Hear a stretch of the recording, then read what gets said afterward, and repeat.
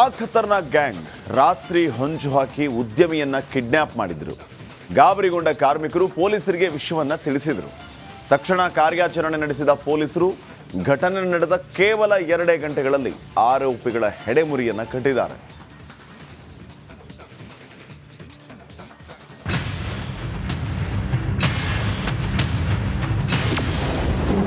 ರಾಯಚೂರಿನಲ್ಲಿ ಉದ್ಯಮಿ kidnap sketch ವಿಫಲ.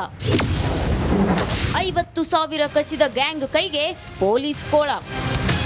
ರಾಯಚೂರಿನಲ್ಲಿ ಉದ್ಯಮಿ ಕಿಡ್ನಾಪ್ಗೆ ಯತ್ನಿಸಿದ ಗ್ಯಾಂಗ್ನ ಕಥೆ ಸಖತ್ ರೋಚಕವಾಗಿದೆ. ಹೊರವಲಯದಲ್ಲಿರೋ ರೈಸ್ ಮಿಲ್ನಲ್ಲಿ ಕೆಲಸ ಮುಗಿಸಿದ ಉದ್ಯಮಿ ನರೇಂದ್ರ ಸ್ವಾಮಿ ಮನೆಗೆ ಹೊರಟಿದ್ರು. ಇದೇ ರೂಟ್ನಲ್ಲಿ ದುಷ್ಕರ್ಮಿಗಳು ಸ್ಕೆಚ್ ಹಾಕಿ ನಿಂತಿದ್ರು. ಬೈಕ್ ಆಕ್ಸಿಡೆಂಟ್ ನೆಪದಲ್ಲಿ ಮೊದಲು ಕಾರು ತಡೆದಿದ್ದಾರೆ. ಗ್ಲಾಸ್ ಇಳಿಸ್ತಾ ಇದ್ದಂತೆ ಒಳನುಗ್ಗಿ ಚಾಕುವಿನಿಂದ ಬೆದರಿಸಿದ್ದಾರೆ. ಉದ್ಯಮಿಯಿಂದ 50,000 ರೂಪಾಯಿ ದೋಚಿದ್ದಾರೆ. ಅಷ್ಟಕ್ಕೆ ಬಿಡದೆ ತಮ್ಮ ಬೈಕ್ನಲ್ಲೇ ಕೂರಿಸಿಕೊಂಡು ಕಿಡ್ನಾಪ್ಗೆ ಯತ್ನಿಸಿದ್ದಾರೆ. ಈ ಮಧ್ಯೆ ಮಿಲ್ ಸಮೀಪವಾಗ್ತಿದ್ದಂತೆ ನರೇಂದ್ರ ಸ್ವಾಮಿ ಜೋರಾಗಿ ಕೂಗಿದ್ದಾರೆ. ತಕ್ಷಣ ಅಲರ್ಟ್ ಆದ ಕಾರ್ಮಿಕರು ದುಷ್ಕರ್ಮಿಗಳ ಬೈಕ್ ಅಡ್ಡ ಹಾಕಿ ಉದ್ಯಮಿಯನ್ನ ಬಚಾವ್ ಮಾಡಿದ್ದಾರೆ. ಬಗಲಕ್ಕೆ ಕೂಡ ಅವೆಲ್ಲ ಮಾತಾಡಬೇಡಂತ ಕುತ್ತಿಗೆ ಚೂರಿ ಇಟ್ಟರು. ಕುತ್ತಿಗೆ ಅಲ್ಲೆಲ್ಲ ಚೂರಿ ಇಟ್ಟರು. ಲಿಕ್ಕರ್ ಗಾಡಿ ಸ್ಟಾರ್ಟ್ ಆಗಿದ್ರೆ ನನ್ನ ಕರ್ಕೊಂಡು ಹೋಗ್ಬಿಡ್ತಿದ್ರು ಅವರು. ಗಾಡಿ ಸ್ಟಾರ್ಟ್ ಆಗಲಾರ ತಕ್ಷಣ ಡೋರ್ ಬಿದ್ದ ಮೇಲೆ ನನ್ನ ಅವ್ರು ಮತ್ತೆ ಕೆಳಗೆ ಬಂದು ಚೂರಿ ಇಟ್ಟ ಮೇಲೆ ನನ್ನ ಮತ್ತೆ 4 ಮಂದಿ ನನ್ನ ಕರ್ಕೊಂಡೋಗಿ 2 ವೀಲರ್ ಮೇಲೆ ಕೂಡಿಸಿದ್ರು. ಮುಂದೆ ಒಬ್ಬರು ನಾನು ನಡುವ ನನ್ನ ಕರ್ಕೊಂಡಿದ್ದೆ ಸ್ಪೀಡ್ ಹೊಡ್ಕೊಂಡೋದ್ರು ಕುಕ್ನೂರು ರೋಡಿಗೆ ಹೊಡ್ಕೊಂಡು ಬಂದಮೇಲೆ ಮತ್ತು ನನಗೆ ರೊಕ್ಕ ಕೇಳಿದ್ರು. ನಾನು ನಿಮ್ಗೆ ಹೇಳ್ದಲ್ಲಪ್ಪ ಗಾಡಿಯಿಂದ ಯಾವ ತೊಗೊಂಬಿಡು, ಗಾಡಿಯಾಗ ಇದ್ದ ರೊಕ್ಕ ತೊಗೊಂಡೋಗ್ಬಿಡ್ರಪ್ಪ ಅಂತ. ನಿನಗೆ ಗಾಡಿಯಾಗ 50,000 ಇದ್ದು. ಇಷ್ಟೆಲ್ಲ ಆದ್ಮೇಲೆ ಅಲರ್ಟ್ ಆದ ರಾಯಚೂರು ಗ್ರಾಮೀಣ ಠಾಣೆ ಪೊಲೀಸರು ಅಖಾಡಕ್ಕಿಳಿದಿದ್ದಾರೆ. ಈ ಘಟನೆ ನಡೆದು 2 ಗಂಟೆಯಲ್ಲಿ ಗ್ಯಾಂಗ್ ಅನ್ನ ಹೆಡೆಮುರಿ ಕಟ್ಟಿದ್ದಾರೆ. ಇನ್ನು ಕಿಡ್ನಾಪ್ ಹಿಂದೆ ನರೇಂದ್ರ ಸ್ವಾಮಿಯವರ ಮಿಲ್ನಲ್ಲೇ ಕೆಲಸ ಮಾಡೋ ಕಾರ್ಮಿಕರಿರೋ ಶಂಕೆ ವ್ಯಕ್ತವಾಗಿದೆ. ಅದೇ ದಿಕ್ಕಿನಲ್ಲಿ ಪೊಲೀಸರು ತನಿಖೆ ಚುರುಕುಗೊಳಿಸಿದ್ದಾರೆ. ದುರ್ಗೇಶ್, ರಿಪಬ್ಲಿಕ್ ಕನ್ನಡ, ಯಾದಗಿರಿ. ರೇಣುಕಸ್ವಾಮಿ ಕೊಲೆ ಪ್ರಕರಣದಲ್ಲಿ ಬಗೆದಷ್ಟು ರಹಸ್ಯಗಳು ಬಯಲಾಗ್ತಾ ಇವೆ. ಆರೋಪಿಗಳು ಸಾಕ್ಷ್ಯ ನಾಶಕ್ಕೆ ಮಾಡಿದ್ದ ಪ್ಲಾನ್ ಹೇಗಿತ್ತು ಗೊತ್ತಾ? ಲಿಪ್ಸ್ಟಿಕ್ ರಾಣಿ ಯಾರ ಸಹಾಯವನ್ನ ಕೇಳಿದ್ಲು? ಇಲ್ಲಿದೆ ನೋಡಿ details.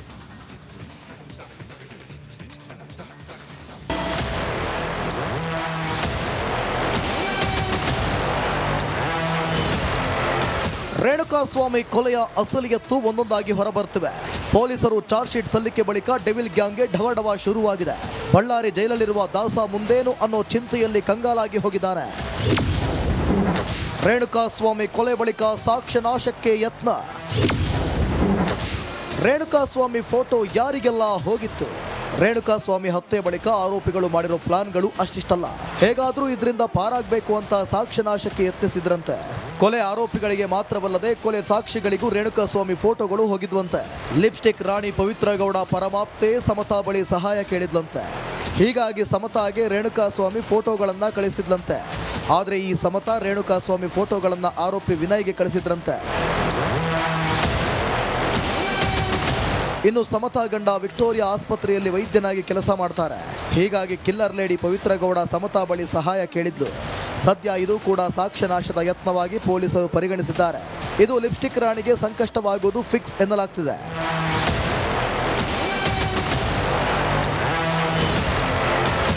Nagaraj, crime bureau, republic Kannada.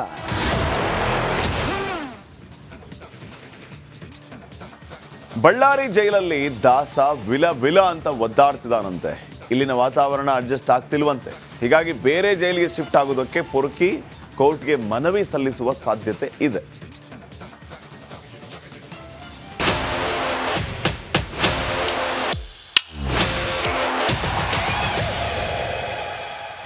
ದಿನಾನು ಜಿಮ್ನಲ್ಲಿ ವರ್ಕೌಟ್, ಹೈಫೈ ಲೈಫು, ಬೇಕೆಂದಾಗ ಫಾರಿನ್ ಟೂರು. ಹೀಗಿದ್ದ ದಾಸ ಮಾಡಬಾರದನ್ನ ಮಾಡಿ ಜೈಲು ಸೇರಿ ಕಂಗಾಲಾಗಿ ಹೋಗಿದ್ದಾನೆ.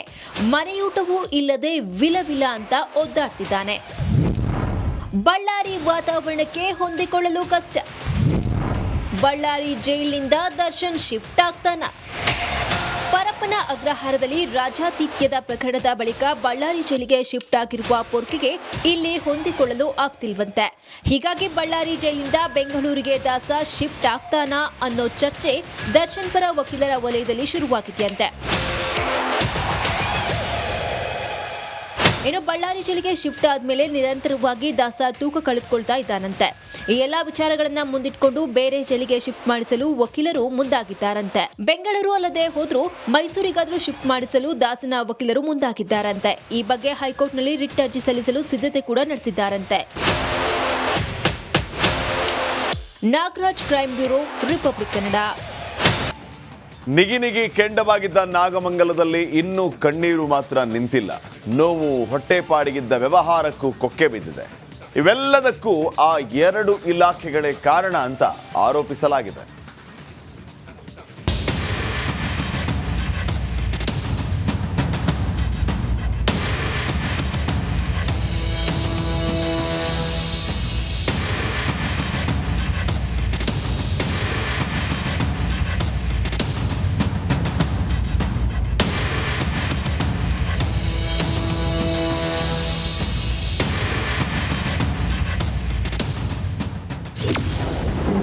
ಪರಿಸ್ಥಿತಿ ನಿಭಾಯಿಸದೆ ಮೈಮರೆತ 2 ಇಲಾಖೆಗಳು.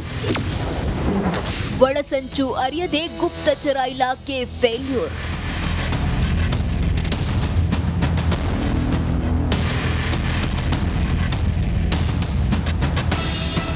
ನಾಗಮಂಗಲದಲ್ಲಿ ಇಂಥದ್ದೊಂದು ಗಲಭೆ ನಡೆಯುತ್ತೆ ಅಂತ ಯಾರು ಊಹಿಸಿರಲಿಲ್ಲ. ಆದ್ರೆ ಈ ಗಲಭೆಯ ಒಳಸಂಚಿನ ಬಗ್ಗೆ ಗೊತ್ತಿದ್ರೂ ಪರಿಸ್ಥಿತಿ ನಿಭಾಯಿಸದೆ ಆ 2 ಇಲಾಖೆಗಳು ಮೈಮರೆತಿದೆ.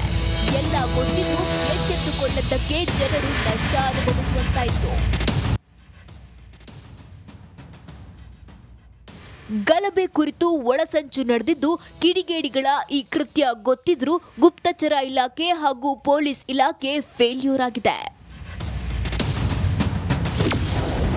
ಪೂರ್ವ ನಿಯೋಜಿತ ಕೃತ್ಯದ ಬಗ್ಗೆ ಅರಿಯಲು ಸಂಪೂರ್ಣ ವಿಫಲವಾಗಿದೆ. ಕಲ್ಲು, ಪೆಟ್ರೋಲ್ ಬಾಂಬ್, ಮಾರಕಾಸ್ತ್ರ ಸಂಗ್ರಹಿಸಿಟ್ಟಿದ್ರೂ ಗೊತ್ತಿಲ್ವಂತೆ. ಕಳೆದ ವರ್ಷವೇ ಗಲಾಟೆಯಾಗಿದ್ರೂ ರಿಪೋರ್ಟ್ ಮಾಡಿರಲಿಲ್ಲ. ಮೆರವಣಿಗೆ ವೇಳೆ ಹೆಚ್ಚಿನ ಭದ್ರತೆ ನಿಯೋಜಿಸದೆ ಎಡವಟ್ಟು ಮಾಡಿದ್ದಾರೆ. ಕಳೆದ ವರ್ಷ ಗಲಾಟೆಯಾಗಿದ್ರೂ ಅಲರ್ಟ್ ಆಗದೇ ಇದ್ರು. ಸೂಕ್ಷ್ಮ ಪ್ರದೇಶದ ಬಳಿ ಸೂಕ್ತ ಭದ್ರತೆ ನಿಯೋಜಿಸದೆ ನಿರ್ಲಕ್ಷ್ಯ ವಹಿಸಿದ್ದಾರೆ. ಮಸೀದಿ ಎದುರು ಹೆಚ್ಚು ಹೊತ್ತು ಮೆರವಣಿಗೆ ನಿಲ್ಲಲು ಬಿಟ್ಟಿದ್ರು. 2 ಗುಂಪುಗಳ ಮಧ್ಯೆ ಪರ ವಿರೋಧ ಘೋಷಣೆ ಕೂಗಲು ಬಿಟ್ಟಿದ್ದು ಠಾಣೆ ಎದುರು ಗಣೇಶನಿಟ್ಟ ಯುವಕರ ಮನವೊಲಿಸಲು ವಿಫಲವಾಗಿದ್ದಾರೆ. ಪ್ರತಿಭಟನೆ ಬಳಿಕ ಮತ್ತೆ ಮಸೀದಿ ಕಡೆಗೆ ಮೆರವಣಿಗೆ ಕಳಿಸಿದ್ರು.